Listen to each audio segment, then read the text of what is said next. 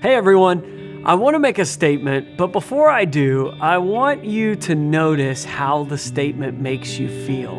You ready for it? Being single is a huge blessing. So, did some of you guys feel like, I don't really feel that way at all? Or maybe there was a part of you that was like, you know what, you're right.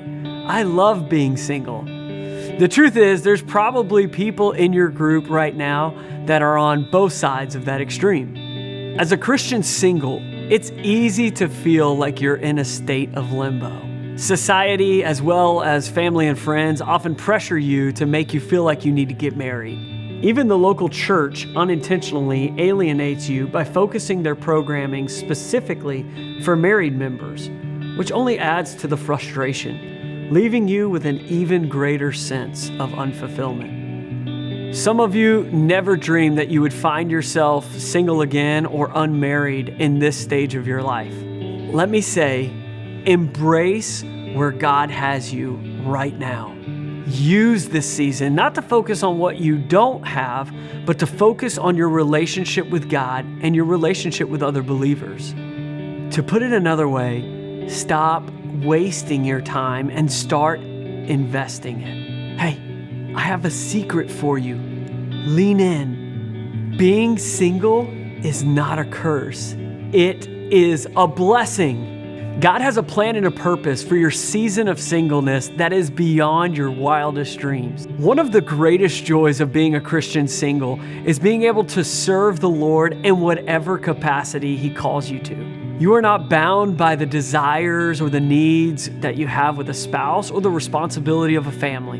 You can dedicate your energy and your time to ministry or missions or whatever the Lord is telling you to do. If God tells you to write a check for $5,000 to your church, you do it.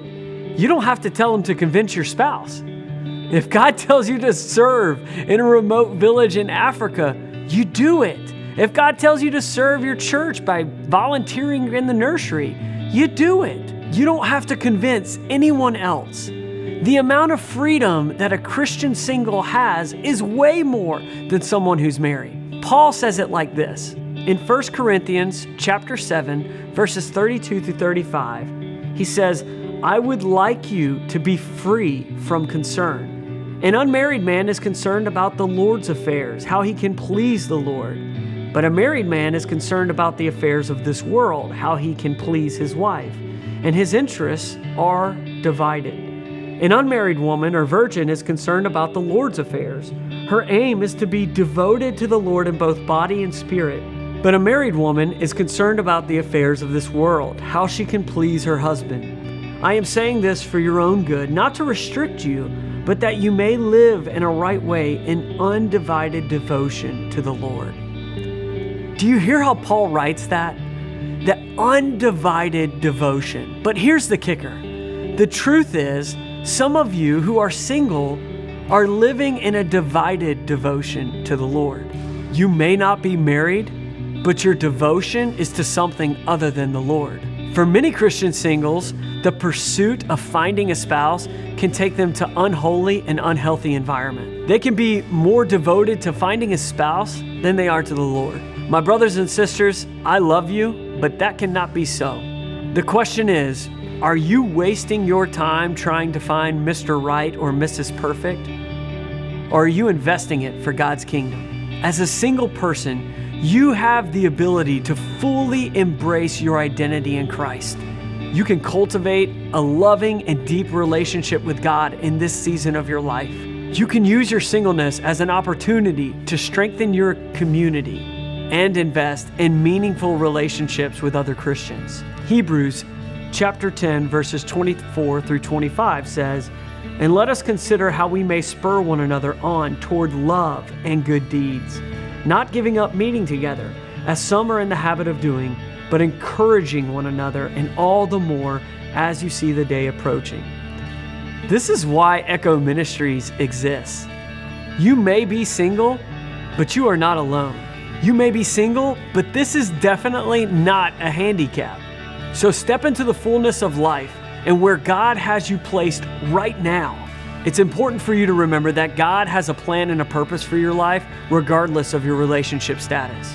That's why I love Jeremiah 29:11. It's one of my favorite verses, and some of you can probably quote it.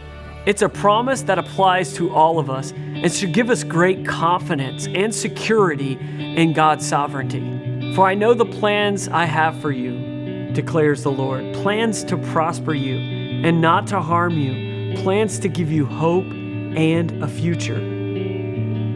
Lastly, if you find yourself single again or never married, walk in the fullness of that blessing. Serve Him with undivided devotion and stop wasting your time. Now is the time to serve willfully and lovingly with full assurance that God is with you. God bless you guys. Take care.